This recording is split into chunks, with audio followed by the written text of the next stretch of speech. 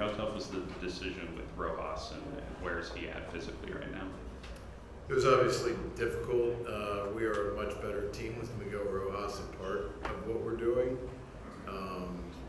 Obviously he impacts the game in a lot of different ways, but just the re-aggravation of it, diving on defense, and just how compromised the range would be, and the importance to get him right. Hopefully we can figure out how to win 4 games and have him alive for the next round, but it was one of those things that we felt like all we would do is set it back even more and have him not necessarily help us in this round and then also not be available. So it wasn't easy. It's unfortunate, but we've seen it a lot this year with the next man up mentality, and we saw it in the last round. We've had a lot of different things go on, and guys have elevated their game and stepped up. We'll go to Eric, far right, 4 rows back. Andrew, do you have any more details on Gavin Stone's shoulder surgery?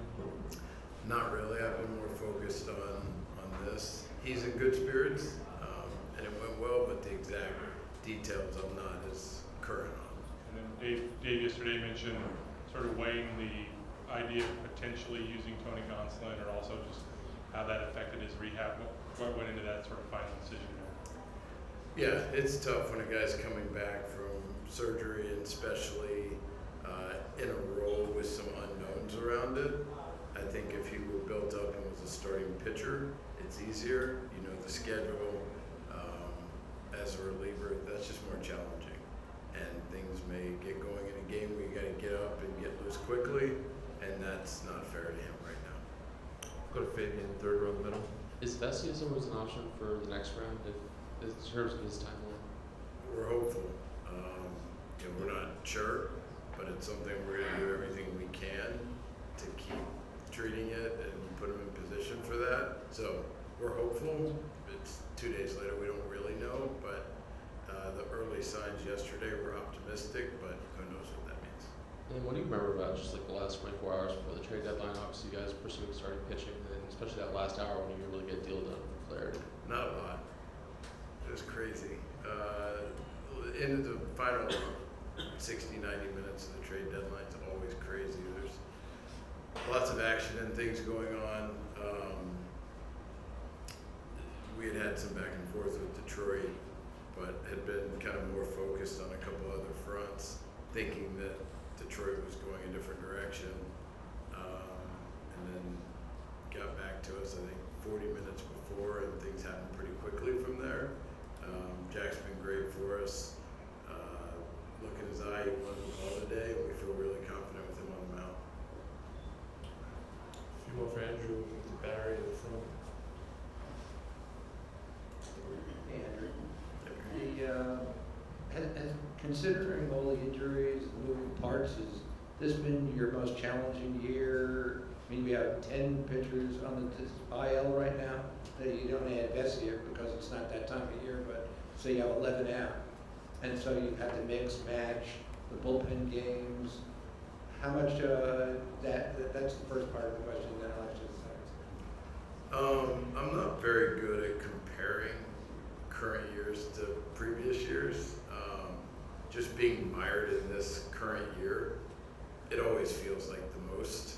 I think any year, if you ask me that, it always feels like the most. Obviously, we have had a number of things go on this year,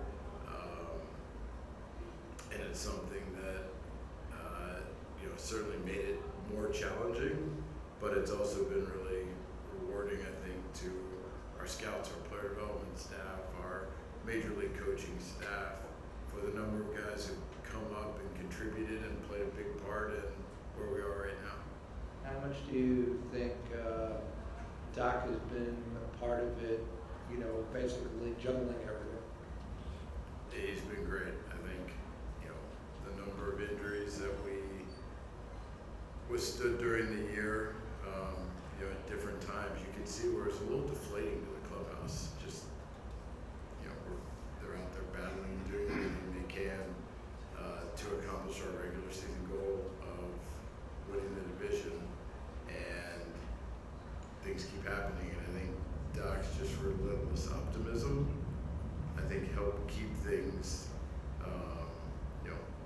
directionally positive and moving forward, and allowed us to do what we did to put ourselves in position to have the bye. That allowed us to kind of reset some of our pitching, which then put us in position for the 5 game. And it's been a massive player in the success we've had to this point.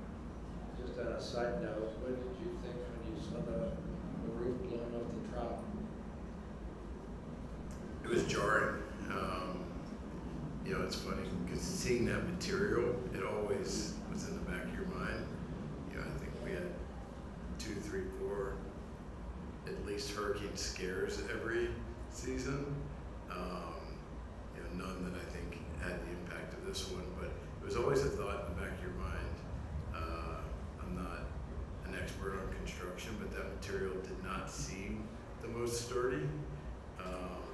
But it was really jarring, and it gave me great perspective on just the effect that those storms had in Florida and the impact it had on people's lives. Go to Bill, third row on the right. Yeah, how many bullpen games do you expect to have to resort to in a 7-game series? Not sure. I think a lot of it comes down to we have to assess how each game goes. Obviously, this has been a little bit of a frantic pace. Winning on Friday, yesterday spent a lot of time. Our advanced team came in and presented, and our guys in the office and our coaching staff and everyone just working together to put together the information and distill it down into the nuggets that were most important.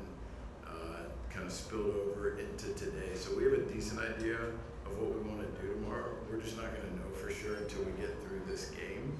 And I think it's going to be a little bit of that, of just understanding what has taken place to that point, and then building a plan from that. When you expect to get as few innings from starters as you did last round and probably will this round? I disagree with that. I think we'll get more this round, but Yeah, because you're playing 7 games. You're on to me. You're on to me. No, I think they will pitch well, but that's a separate point. I will keep going. How many more variables does it introduce when you do have to do bullpen games and more relief innings? Yeah, just right out of the gates, we played 5 games in 6 days. And so how to balance that and divvy up the workload and make sure that our best guys are in position to help us win games is really important. And so again, each game, as you guys know, the theater of October baseball, each game takes on its own life form and takes you down paths and things that you can't possibly foresee. So we'll assess at the end, and the most important thing is to do everything we can to win tonight and then figure out where we are after that. Back to Jack on the left side. Was there ever much consideration at any point this year to try to get Yamamoto on a 5-day schedule, and did that kind of go out the window with the shoulder injury? Yeah, we talked about it a lot in spring training of kind of phases of the assimilation process. Him missing the time he did made that more challenging, and then it became about when he got back was just trying to build up pitch count as much as we could in that time period. And then even looking ahead to next year, that urgency wasn't the same with potentially adding Shohei into the rotation. That urgency to do it wasn't the same as we got there. But had he not missed the time, I'm sure we would have at some point. But we are where we are. And then how much did you guys feel like the pitch tipping thing was a root cause of his issues in game 1, and how much better was it in game 5 when you guys went back and looked? I definitely think it was a factor. I think another factor was he was just a little too fine. He was trying to be a little bit too careful and not appreciating how elite his stuff is.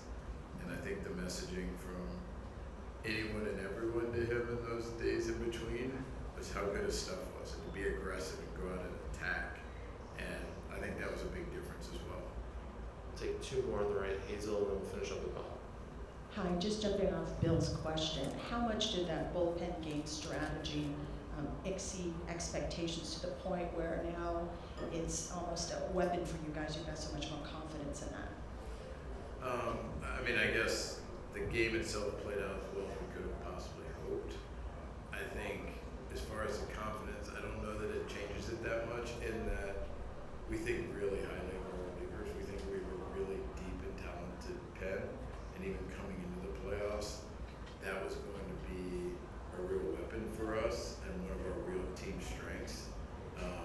So for them to do as well as they did, I can't say you ever expected exactly that, but for those guys individually to pitch well wasn't surprising. And if there was ever an option to have a starter come out of the bullpen, how much do you have to strike that fine balance between liability, possible injury? Does that ever come to mind? No, I mean, I think it's about giving that pitcher enough advance notice. We've done it with some guys during the year just so they can get accustomed to that, and then how to give them enough lead time to get ready. We would never be like, oh, hey, you're in the game. And we would always make sure we gave them sufficient time to get loose. And each guy has a little bit different of a pregame routine.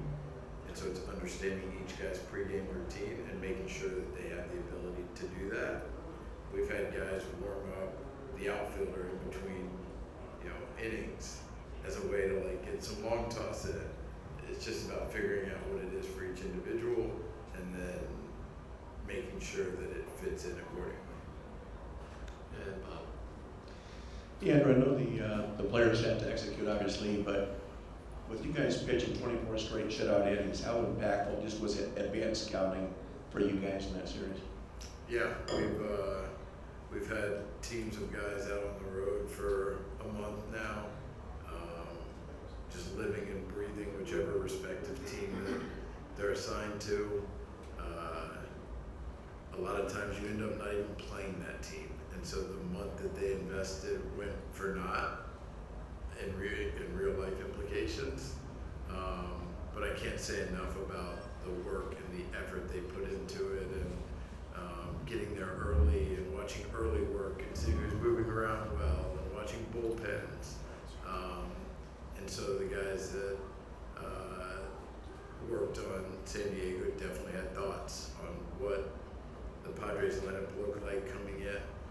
Didn't execute very well in the first couple games, but did thereafter. And there were just little nuggets here and there that they were really helpful with. And the Mets guys were really happy that it lined up for playing the Mets, and they came in and did a really good presentation yesterday and kind of walked through a lot of the team strengths of the Mets. And it's important. Our major league coaching staff is focused on what's right in front of them. They don't have the luxury to look out ahead, whereas our advanced guys, that's exactly what they're doing. And so the combination of them knowing what the coaches are looking for, the communication back and forth, I think has made it something that helps close that gap when we have a quick turnaround like this. We had one day off between a really emotional game and game one, and I think the work that our scouts did in the field really helped prepare us for that. Thanks a lot, Andrew. Appreciate the time. All right, thank you guys. Max, when you guys look at just how you all won the NLCS, what did you learn just from the group, and what are you guys hoping to take into this matchup against the Mets? Yeah, I think the clubhouse kind of found out a lot about each other. It was something that we knew kind of who we were the whole season, but you get into the fire like that in that kind of atmosphere, you really learn who you are as a team, and I think everyone really liked what they saw, and you just find out there's no quit, there's no give up, there's no letting down on anything, and that's what you need at this time of year. For Fabian, third row middle. Sure, some of the guys in the bullpen probably wanted more time off, but for you guys, position players, is it a good thing maybe to only have one day off to sort of just keep that momentum for the last end of that series? It's always a tough question. Is there such a thing as momentum in baseball? I don't have the answer to that. Obviously, our bullpen would like several weeks off before their next game. They've been asked to do a whole lot this year, but they haven't backed down from any of the challenges. They've responded well. They've gone out there and done their job without question, without complaining, and you know, they're kind of the guys that are sparking us right now. They're showing the fire for us, and we all want to get behind them. We all want to give them the lead, let them go out there and do what they want to do. And you know, we were able to do that in the DS, and it was really fun to watch. Whether it's watching from afar or some of the scouting reports you guys got yesterday, how different of a team is this Mets team than the team you last saw in May? Well, it's, you know, the biggest thing is it's just a team that we haven't seen a whole lot of. You know, you talk about going from a team you've played in division, you know, a lot of times over the years to a team that you see once or twice a year. It's just, you know, it's a group of guys that you just haven't seen a whole lot of, and so, you know, it's a little bit different to game plan for that. Whereas, you know, when we play the Padres, you already have a very good idea of what your game plan is going to be going into it. Whereas, you know, you're playing a team like the Mets, you almost have to start from scratch. So it's really just the familiarity that it's so much different than what we've had. About 5 rows back in the middle. Hey Max, Francisco Villalobos here from Grupo Formula. The Dodgers have been here in this, have been incredibly successful in the postseason. Only one World Series, and I say only one not because it's easy to win World Series. It's difficult to win World Series. However, the people of Los Angeles expect the Los Angeles Dodgers to be champions every year. What do the Dodgers need to do in order to get to the next step, to get to the World Series, and hopefully win it? You know, I think the first thing is we got to keep our fire and our intensity from the last series. You know, that is something that I've seen in the past where we've won a big series and then you move on to the next one and you almost kind of let your guard down a little bit. And so the biggest thing for us immediately is we got to keep our fire and intensity. We got to keep the same focus that we had. And we got to go out there and game plan and execute just as good as we did in the previous series. And, you know, when you do that, you know, I don't know how many times I've said this year, but you're playing yourself, not the other team. You know, you go out there and you execute the things that you can control. And, you know, that's just how you prepare for the game, how you want to execute your game plan. Stuff's going to happen, it's baseball. They're going to have their game plan, and they're going to try to deviate you from what you want to do. But as long as you can keep doing what you want to do and, you know, preparing the proper way and going out there with all the right tools, then we trust in ourselves to move on. Going to carry second row on the left. Max, you didn't get to participate in the 21 playoffs, but it's kind of similar to the DS, where you're facing division rival, tense series, emotionally and physically exhausted going into the next series. Do you see anything different from this team than maybe that team? Well, that was definitely what I was just referring to, where I've talked about it in the past. You've had the big series, and yeah, I obviously wasn't participating in that one, but I was there in the dugout watching, and that was something that I saw. That was, you beat the division rival. You're really, really high up, and you almost let your guard down, and then it gets taken out from underneath your feet. So that's something that we're going to reiterate today. And this whole series, we got to make sure we just maintain our intensity, maintain our focus, and I think that goes back to the group that we have in this clubhouse, and the fire that we have, and just the chemistry that we've had. It's almost immediately everyone was saying the same message, that we got to make sure we stay just as fired up and just as focused and just as prepared for this series. Let's go to Mike, third row. Hey Max, what is your comfort level at first base right now, and did it come back pretty quick for you? Yeah, it was. It's pretty natural over there. I still haven't had that ball up the line, and I'm not gonna say that won't be in my head if there is one up the line. But it's a position that I played my whole career. I'm very comfortable over there. It's going over there when we had our 5 days off in our sim games. It just kind of felt extremely natural, felt easy, and I didn't really even have to think about anything. I just let it happen. So that's what I did the couple games I got over there in the DS. So it's not an unnatural thing for me. Jack on the left side. Obviously, like the last couple of years, there's so much talk about the offensive approach and game planning in the postseason. Like, do you feel like you guys did anything better in that department in the DS, or is that something where it's just, you got more hits to drop in at key times when you look back at that series? I mean, isn't that just baseball? If you win, you get more hits to drop in. We've always game planned extremely well. I just think the difference with this year is you just have a different group of guys executing it. It's hard to really answer why it hasn't worked in the years past. It could be any number of things, but It's each year is a different group, you know, from 20 to 21 to 22 to 23. It's a different group every year, different group of guys. I know there's a lot of the same faces, but you have a different attitude in the clubhouse every single year. And the one we have this year, we're really enjoying it. Kirsten? Max, just quickly, with talking about game planning, when you look at just this matchup today, going against a starter, there's not too much information this year, just kind of due to injury. Obviously, you had the start of the DS, but how are you guys kind of just approaching it from the hitter standpoint? Are you looking at this as, you know, potentially you could be seeing the bullpen a little bit earlier in the game, or how do you kind of just manage that with some unknown? You know, a saying we've always kind of had when you're approaching a guy that may not give a ton of innings, or maybe it's an opener, or any number of things, is he's going to go as long as we let him go.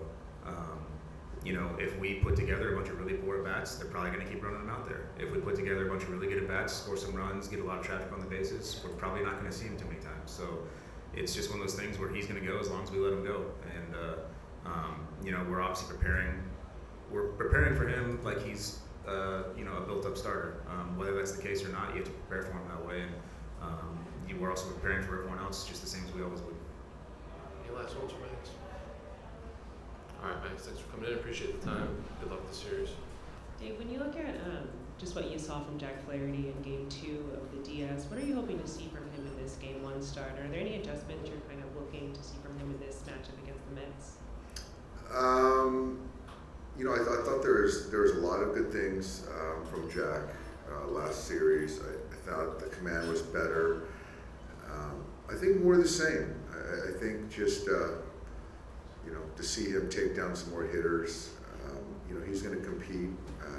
I think he's going to mix and match his sequencing, use his fastball when he needs to, keep him honest in, manage the game, navigate the lineup. But I think that, you know, he's built. I just feel he's built for moments like this. I think the pulse, the stuff, and yeah, I really feel a good one out of Jack tonight. Go to Jack, fourth row on the left. When you switch from one series to the next this quick, did you spend more hours in the last 24 in meetings or sleeping? Combo, certainly a combo. You know, it's one of those things that you relish the idea of not sleeping a whole bunch because you have an opportunity to continue to play on. But I'm fortunate that I've got a great group of people around me as far as on the pitching, run prevention side, the hitting side. The front office is grinding to kind of make sure everyone's on the same page. So I do make sure I get my rest though. Does this feel similar to 21 when you guys went from the Giants series to Atlanta? Like obviously the travel component's out of it, but is there anything you learned from that experience that kind of applies to this week? That's a fair question. Yeah, I think that with all things you learn from past experiences, and I think the takeaway is you can't let down your guard or get off the gas. It was an exhausting series going back to 21 to kind of beat the Giants and then to get on and play on against the Braves. And so I don't really know where our headspace was at that point in time, but I do know that we've got to push on and keep the momentum, play with that same urgency and not get caught up in it's a 7-game series. Like that just can't happen. So I think that that's one thing that we're very mindful of. Go to Bill, third row in the middle. Dave, Walker Buehler has not been in today, so I take that as a sign he's not pitching until Game 3, and tomorrow will be a bullpen game. Am I wrong? Well, that's a good thought. That is a possibility.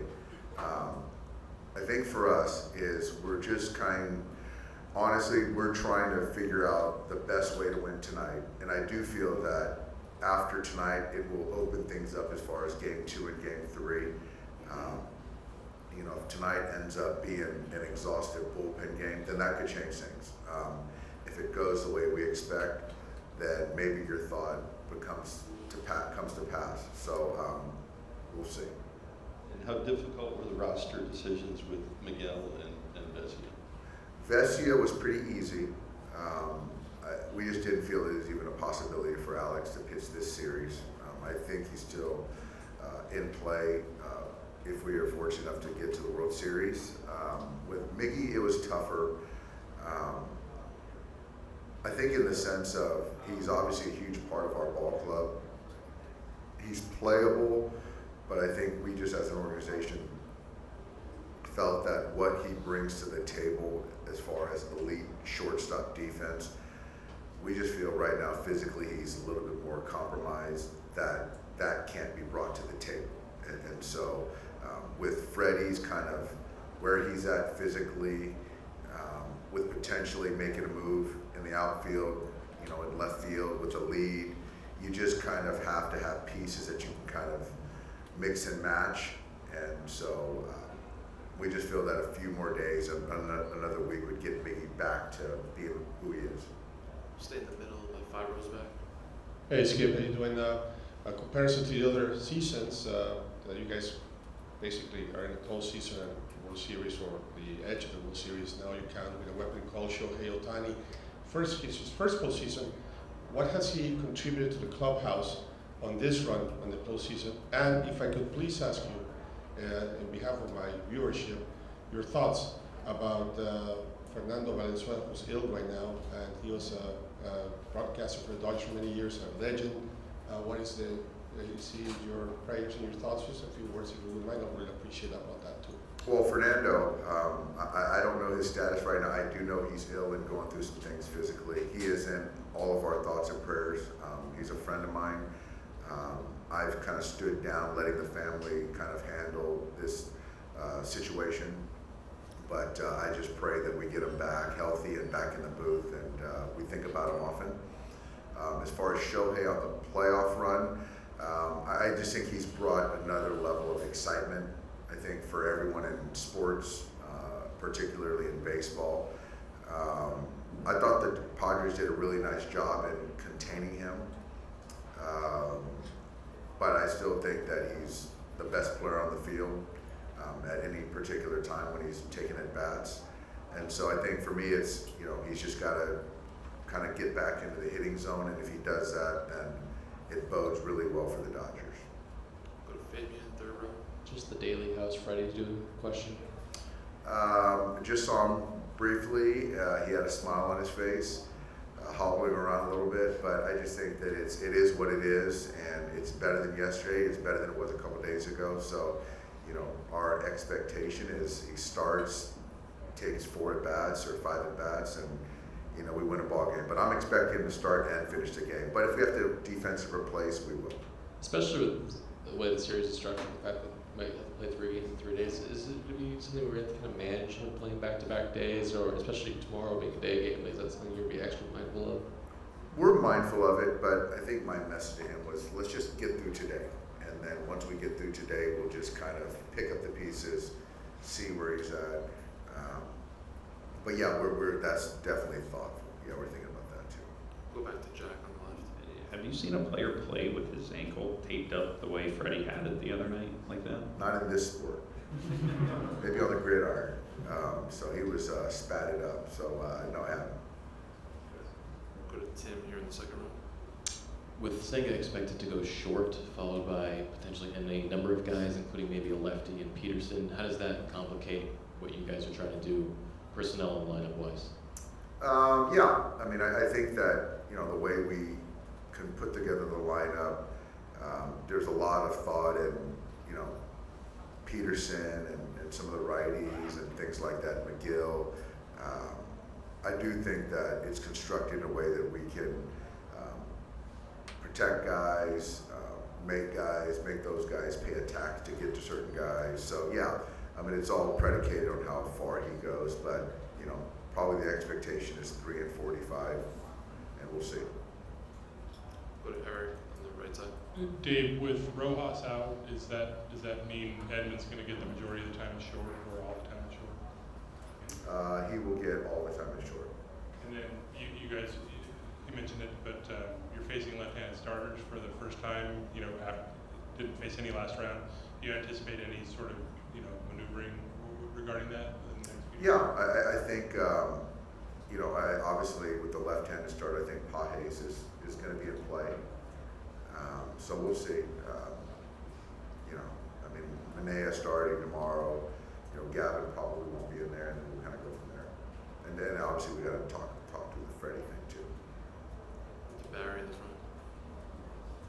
front. Doc, so you were talking about the 21 series. You had a lot of challenges going into the Braves because there were a lot of injuries that piled up in that series, including Scherzer, which was a big problem.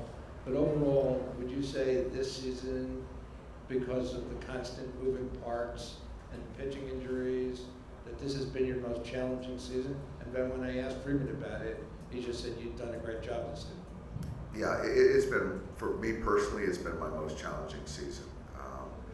You know, obviously with the injuries and kind of introducing a lot of young players in critical roles is always kind of tough. And I think you're in a position where you just have to trust and run guys out there in spots that you don't normally feel good about, and keep it kind of this whole machine moving forward in a good, positive direction. But it speaks to kind of the players that we have. We got a lot of good players and buying into each other, and I think we've heard all the stuff of the watch parties, the bus rides, and flying separately. And these guys are kind of really, you know, galvanizing. It's fun for me in my chair to see that too. So when you put together a bullpen game like you did in Game 4, how much of that is scripted beforehand? How much do you basically use your own gut to make decisions on things? You know, is it a combination of things? I think it's a combination of things. I think that in that particular case, you have X amount of guys that you really want to use in an elimination game. That's kind of how I look at things, and then you kind of try to figure out where's best for those guys to line up. But yeah, you have to be able. There were some spots you got to figure out if you want to see if this guy can get through this to get to the next guy, and so there's some breaking points. But you know, in totality, I have an idea of what I'd like to do, but it always doesn't play out as such. Yeah, like Betsy did the other night. Correct. We'll finish up with Shai on the right, second row. Dave, you just mentioned the challenges you faced this season. During the off-season, spring training, how much contingency planning would you be doing from a roster perspective? If this guy goes down and do this, and maybe how deep are you or beyond some of the contingency planning you might have had coming into this year? We're beyond. We've tapped into our depth. I mean, goodness, you look at the roster right now, and you look at certainly on the pitching side. There's 3 or 4 guys that I didn't know if they were going to get Major League service this year, and so they're on a postseason roster in the CS. That is a lot on the front office. Thankfully, that I get some reprieve and a break, and they just their biggest thing is trying to, you know, plan for the unforeseen and have depth and be able to kind of have young players kind of continue to emerge, so the machine keeps going and doesn't kind of take a step back. And yeah, we've needed every bit of it. So this has been a tough one, but you know, getting a guy like Teo who posts, and Tom Yedden at the deadline, and Kopech, those 2 additions in themselves have been really instrumental so far, you know, this season. All right, Dave, thanks. All right, thanks guys.